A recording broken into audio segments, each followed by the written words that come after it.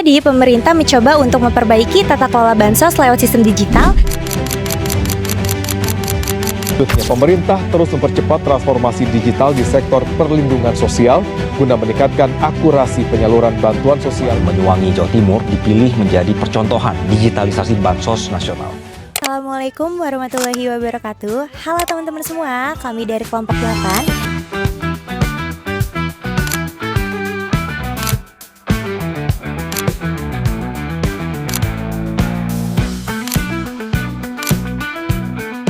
Di video kali ini kita bakal bahas digitalisasi bantuan sosial nih, tapi dari sudut pandang birokrasinya, khususnya di Kementerian Pan-RB. Kementerian Pan-RB adalah kementerian yang bertanggung jawab kepada Presiden untuk merumuskan, menetapkan, dan melaksanakan kebijakan di bidang pendayaan gunaan aparatur negara serta reformasi birokrasi. Kenapa ini penting? Karena selama ini bansos punya masalah yang klasik nih teman-teman, dari data yang gak akurat, tidak tepat sasaran, sampai penyaluran yang telat. Berdasarkan hasil wawancara dengan Asisten Deputi Keterpaduan Layanan Digital Nasional Kemenpan RB, bahwa digitalisasi bansos ini muncul sebagai respon dari permasalahan tersebut. Ada orang yang harusnya menerima tapi tidak menerima, kemudian ada orang yang harusnya tidak menerima tapi menerima. Itu yang pada akhirnya menjadi problem statement yang harus kita selesaikan gitu ya. Kalau kondisi ini masih terjadi, tentunya banyak kerugian yang dihadapi oleh negara. Negara sudah mengeluarkan biaya untuk menunjang masyarakat yang membutuhkan, tapi dana tersebut tidak sampai pada orang yang seharusnya. Nah, selanjutnya kita bakal lihat nih bagaimana peran kelembagaan dan kebijakan dari Kementerian Pan-RB dalam proses ini. Yuk kita lihat.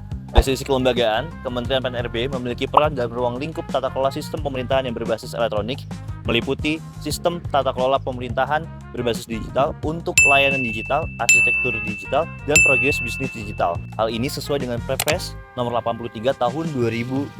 Komite Percepatan Transformasi Digital pada dasarnya gabungan dari beberapa kementerian lembaga. Salah satunya Kementerian Pan-RB, Kementerian Perencanaan Pembangunan Nasional Bapanas, Kementerian Komunikasi dan Digital atau Kementerian Komunikasi, Kementerian Dalam Negeri, KPP, Kementerian Pangan, dan tentunya ada program itu sendiri dari Kementerian Sosial maupun dari BPS yang terlibat di dalam program ini. Hal ini menekankan pentingnya tata kelola penguatan data dan interoperabilitas layanan untuk memperbaiki kinerja dari birokrasi. Kalau kita ngomongin tentang digitalisasi, sebenarnya bukan cuma ngomongin teknologi aja, tapi juga ngomongin tentang sumber daya manusia. Semua aparatur yang terlibat dalam digitalisasi bansos ini perlu mempunyai kapasitas yang memadai, terutama dalam penggunaan teknologi. Oke, walaupun gak dijelasin secara langsung, sebenarnya hal ini menyinggung sistem merit yang ada. Idealnya aparatur yang terlibat dalam birokrasi ini itu dinilai dari kemampuan dan kompetensinya, bukan hal lainnya. Dari situ kita bisa lihat betapa pentingnya kualitas sumber daya manusia untuk mendukung keberhasilan birokrasi digital. Membahas mengenai inovasi dan dampak dari sistem digitalisasi. Dari sisi inovasi, sistem digitalisasi ini membawa perubahan yang cukup signifikan. Salah satu peran kunci ya dari Kementerian Pan-RB tadi dari aspek penyederhanaan proses bisnis dan juga interoperabilitas layanan digital. Dari yang tahapannya berjenjang, kalau yang existing itu bisa sampai 7 sampai 9 tahapan, kita sederhanakan efisienkan menjadi 3 tahapan saja. Jadi bagaimana nih 9 tahapan yang tadi kompleks, berjenjang dan manual itu kita bisa simplifikasi menjadi 3 tahapan. Kemudian yang kedua di tahap verifikasi, untuk memastikan apakah orang tersebut eligible atau tidak menerima bantuan sosial, nggak perlu lagi ya misalkan harus membuat surat pernyataan bahwa saya tidak mampu, atau surat keterangan miskin. Dengan interoperabilitas layanan tadi, proses verifikasi itu akan lebih transparan dan lebih akuntabel.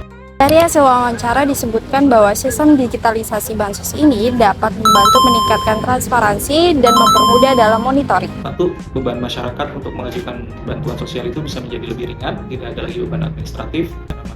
Melalui transformasi ini diharapkan masyarakat akan jauh lebih mudah dalam mengajukan bantuan sosial. Yang kedua adalah efisienkan proses dari pengajuan bantuan sosial. Kemudian yang ketiga adalah supaya kita juga memastikan gitu ya bahwa masyarakat membutuhkan itu tidak dikaitkan dengan hal-hal yang sifatnya administratif. Gitu ya. Dampaknya potensi dalam penyimpangan distribusi bansos ini dapat ditekan.